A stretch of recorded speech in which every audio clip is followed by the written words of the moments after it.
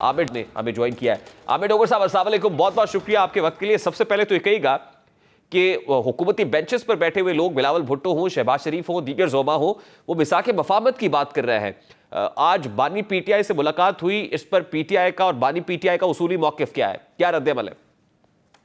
बिस्मिल्लाहिर्रहमानिर्रहीम। बहुत शुक्रिया। देखें, इस माहौल में जब हमारे सैकड़ों कारकुन जेलों में हों, हमारी खवातीन 10 महीने से जेलों में हों, और 4 दिन पहले भी जो हमने एक पुरअमन एहतजाज किया था पंजाब में, अब तक उसके तकरीबन कमोबेश 200 के लगभग कारकुन जेलों में हों, ऐसे में मुफाहमत की बात करना ये मुनाफकत है। हुकूमत हमेशा आगे बढ़ती है, हमेशा हुकूमत एक गुड जेस्चर देती है। हुकूमत आगे बढ़े। हमारा जो एक आईनी हकीकी मुतालबा है कि 8 फरवरी को जो हमारा मैंडेट चोरी किया गया और फॉर्म 45 की हमारी 80 कौमी असम्बली की सीटें और 65 सीटें हमारी पंजाब असम्बली की हमसे छीनी गई, और वो ओपन एंड शट है, वो हमारे पास है। आज 20 दिन हो गए, 25 दिन हो गए तकरीबन, इलेक्शन कमीशन ऑफ पाकिस्तान ने अब तक वेबसाइट पे फॉर्म 45 लोड नहीं किए। इलेक्शन कमीशन ने अब तक जिसको एक हतमी नतीजा जी बिल्कुल डॉक्टर साहब, देखिए ना, इसका अप्रोप्रिएट फोरम हुकूमत नहीं है बल्कि इलेक्शन कमीशन ऑफ पाकिस्तान है। जब यही बात हम हुकूमत के सामने रखते हैं या हुकूमती नुमाइंदों को बताते हैं तो वो कहते हैं कि इसमें हुकूमत तो कुछ नहीं कर सकती, ये तो इलेक्शन कमीशन ऑफ पाकिस्तान है, ट्राइब्यूनल्स मौजूद हैं, अदालतें मौजूद हैं, आप जाइए वहां पर पिटीशन करें, या आपका इस्तेहकाक है? देखिए, इलेक्शन कमीशन ऑफ पाकिस्तान ने वो जो सिलसिला हमारे कागजात नामजदगी छीनने से शुरू हुआ, कल हमारी खुसूसी नशिस्तें खवातीन की और मिनॉरिटी की छीन कर ये साबित कर दिया कि वो माइंडसेट अभी वहीं का वहीं है। और इलेक्शन कमीशन ऑफ पाकिस्तान ने साबित कर दिया कि आज दिन तक फॉर्म 45 के जीते हुए हमारे मेंबर्स जो असम्बलियों में बैठ के हैं, जिन्होंने हल्फ उठा लिया है, उनके हल्कों में गिनतियों का सिलसिला जारी है, जबकि ट्रिब्यूनल्स बन गए हैं। जो हुकूमत की बात का मतलब ट्रिब्यूनल्स बन गए हैं। 3 कौमी असम्बली की सीटें हमारी, उन्होंने उन ट्रिब्यूनल्स के बाद रातों रात नोटिफिकेशन निकाले, उनकी रिकाउंटिंग की, मोरल डबल लगा के उनको हरा दिया गया, और उन मेंबर्स के कार्ड भी बन चुके हैं। और 5 मेंबर्स मेरे अभी भी हैं जिनके ऊपर ये रेडार लटक रहा है, तलवार लटक रही है, और ये कहा जा रहा है कि आप अभी भी अपनी सिमत जो है दुरुस्त करें, वरना आप अपनी सीट हाथ से खो बैठेंगे। ये कौन कह रहा है? ऐसे हालात कभी आपने देखे हैं? 70 सालों में ऐसे हालात देखे? अगर इस तरह करना था डॉक्टर साहब, ये कौन कह रहा है? तो आपने की है। ये उन मेंबर से जो इस वक्त नेशनल असेंबली में मौजूद है, जो बात आप कर रहे हैं, ये एक बहुत बड़ा इल्जाम है, ये कौन प्रेशराइज कर रहा है? इल्जाम नहीं है, मैं आपको एनए वाइज बता सकता हूँ, जिला वाइज बता सकता हूँ, इल्जाम नहीं। किसकी जानिब से दबाव है डोगर साहब? मैं, आप सबको पता है, आपको भी पता है, मुझे भी पता है कि ताकतवर हाथ कौन है। हुकूमती बेंचेस से कोई दबाव आ रहा है? ताकतवर हाथ कौन सा है? हुकूमती बेंचों को तो वो सजे सजाए बने बनाए पीस तो फिर डोगर साहब, क्या इसको मकाफाते अमल कहें सर? 2018 में या 2017 में जो पाकिस्तान मुस्लिम लीग नून के साथ या पीपल्स पार्टी के साथ हो रहा था, वो भी यही कहते थे। आज आपके साथ हो रहा है, तो क्या ये मकाफाते अमल है? आप थोड़ा सा अपनी अल्फाज को थोड़ा सा इसमें बेहतर कर लें कि ये मकाफाते अमल नहीं है, ये उनसे बहुत ज्यादा हुआ होगा। मैं आपकी बात को रद्द नहीं करता, 18 में भी हुआ होगा, 13 में भी हुआ होगा, 8 में भी हुआ होगा, 2002 में भी हुआ होगा, 97 में भी झरलू फिरा। आखिर ये कब तक? क्या मुल्क ने इसी तरह चलना है? डॉक्टर साहब, प्रॉब्लम यह है ना सर कि जो इक्तदार में आ जाता है फिर वो भूल जाता है, और फिर जिसको इक्तदार से महरूम किया जाता है या जिसके ऊपर सख्तियां बढ़ रही होती है, उसको बड़ी शिद्दत से एहसास होता है। तो आज तहरीक इंसाफ को बड़ी शिद्दत से एहसास हो रहा है कि उस वक्त जो इक्तदार मिला था, जो बैसाखियों पर दिया गया था, वो अनजस्टिफाइड था, लेकिन उस वक्त तहरीक इंसाफ मानने को तैयार नहीं थी। भाईजान, 18 में इंतखाबी निशान किसी का नहीं छीना गया था। PMLN भी इंतखाबी निशान के ऊपर लड़ी थी, पीपल्स पार्टी भी लड़ी थी, तमाम सियासी जमातें लड़ी थी।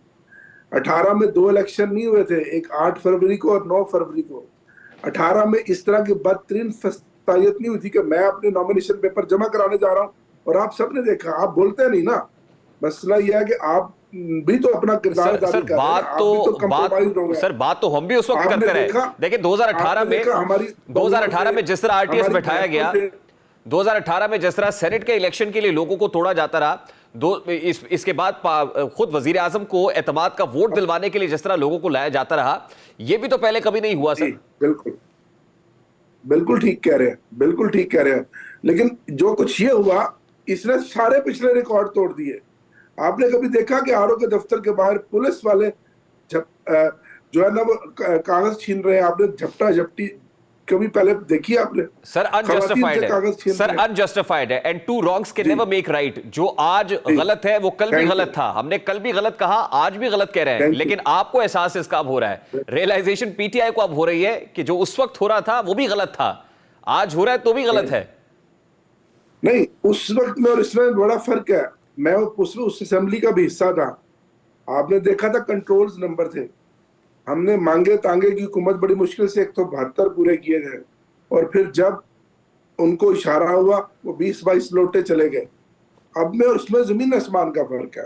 तो डॉक्टर साहब, आपको नहीं लगता कि आप लोगों ने खुफिया हाथों को या नादीदा कुव्वतों को बहुत मजबूत कर दिया है, और इसकी जिम्मेदारी खुद आपके ऊपर है, ये रिस्पॉन्सिबिलिटी आपके ऊपर है?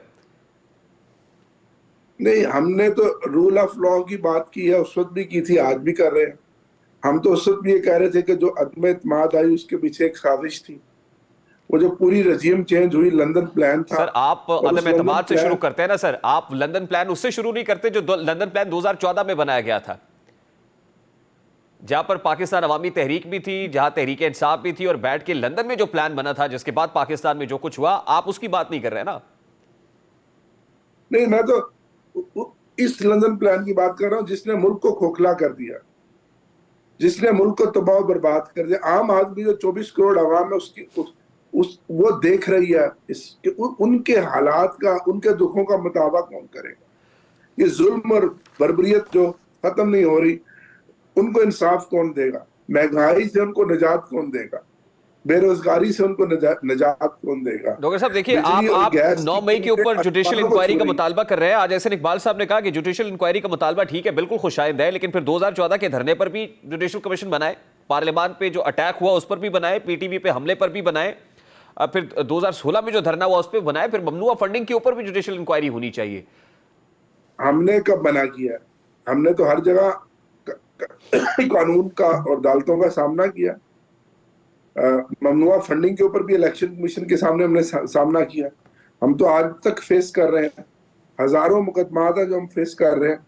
लेकिन ये जरूर है कि एहसन इकबाल साहब की बात को मैं जरूर सेकंड करूंगा कि इसको सबको कमीशन बनाकर इसका कोई हतमी नतीजा निकलना चाहिए, ताकि ये ब्रेक लग जाए और मुल्क आगे चले। सर ब्रेक लगाने के लिए इससे बेहतर मौका और नादिर मौका कौन सा है जमहूरियत को बचाने के लिए भी, कि सब लोग बैठ जाएं, सब पॉलिटिकल स्टेक होल्डर्स एक परचम तले बैठ जाएं, और अगर वो चार्टर ऑफ रिकंसिलिएशन से ही कुछ हो सकता है तो कर लीजिए सर।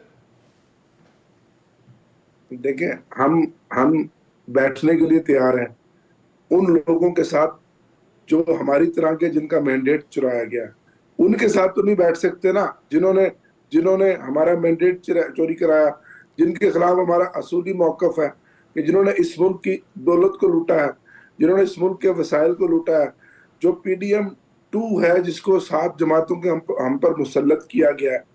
ये कैसा मुल्क है? ये कैसा इंसाफ है? तो फिर डॉक्टर साहब, आप यकीन दहानी भी तो उन्हीं से चाहते हैं जिनके खिलाफ आप जंग लड़ रहे हैं या हकीकी आजादी की बात कर रहे हैं। आप यकीन दहानी भी वहीं से चाहते हैं, बैठना भी वहीं चाहते हैं, बैठना भी गैर सियासी कुव्वतों के साथ चाहते हैं। सर सियासी कुव्वतों के साथ बैठ जाइए। हम तो इस मुल्क की आला अदालतों की तरफ देख रहे हैं, हम तो आइन और कानून का रास्ता अपना रहे हैं, हम तो रूल ऑफ लॉ की बात कर रहे हैं, हम तो इस पार्लियामेंट को बाला दस्ती जो कहते हैं कि ये पार्लियामेंट सुप्रीम है, सॉवरन है, उसकी तरफ देख रहे हैं कि जमहूरियत हार रही है, पार्लियामेंट बेवकूफ हो रही है, लोगों का एतमाद उठ रहा है और मुल्क में अनारकी फैल रही है, अदम इस्तेहकाम फैल रहा है। इस सबको बचाने का एक ही रास्ता है सर, कि पार्लियामेंटेरियंस पार्लियामेंट्री डेमोक्रेसी को प्रिवेल करने के लिए एक पेज पर बैठ जाएं, एक टेबल पे बैठ जाए और फैसले करें। बिल्कुल ठीक है, लेकिन उससे पहले हमें इंसाफ दिया जाए। आप नहीं जानते 8 फरवरी को मैंडेट इसको हमने किसको दिया है? इमरान खान को। इमरान खान आज पाकिस्तान का नहीं बल्कि आलम इस्लाम का अजीम और मकबूल लीडर है। उसके मैंडेट को वापस करें, हमें हमारा इंसाफ दें, हमें हमारा मैंडेट दें। हमारी छीनी हुई, इससे बड़ा डाका क्या होगा जो हमारी 80 के लगभग सीटें हमसे ले ली गई हैं। फिर हम रिकन्सिलेशन के लिए भी तैयार हैं। हम इस मुल्क की खातिर अपनी हर तरह की कुर्बानी देने के लिए तैयार है। ना हमारे यहाँ कोई अना है, ना कोई जिद है। डॉक्टर साहब, लास्टली एंड वेरी क्विकली, इतवार के रोज भी एहतजाज की कॉल दे दी गई है, गालिबन एहतजाज करने जा रहे होंगे। अदालत का दरवाजा कब खटखटा रहे हैं, खासतौर पे ईसीपी के डिसीजन को लेके, और मुस्तकबिल का आइंदा का लाहेअमल क्या है?